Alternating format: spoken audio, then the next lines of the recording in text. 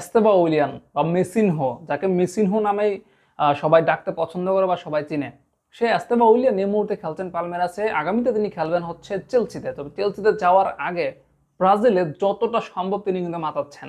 আর নিশ্চিতভাবেই তার এই পারফরমেন্সে খুশি চেলসি এবং চেলসি ভক্তরা। পালমেরাসে এই মুহূর্তে পালমেরাসের সেরা ফুটবলার হচ্ছেন এস্তেবা উইলিয়ান, এবং সর্বশেষ ম্যাচেও তিনি জোড়া গোল করেছেন এবং তার দুইটা গোলই ছিল অসাধারণ। বিশেষ করে এই মুহূর্তে আপনারা স্ক্রিনে যে গোলটা দেখতে পাচ্ছেন, এই যে গোলটা এস্তেবা উইলিয়ান করেছে, এটা কিন্তু নজর কেড়েছে সবচেয়ে বেশি। কারণ তিনি যেখান থেকে বলটাকে নিয়ন্ত্রণে নিয়েছেন, যেখান থেকে তিনি শট নিয়েছেন, সেটা এক কথায় অনন্য বলা যায়।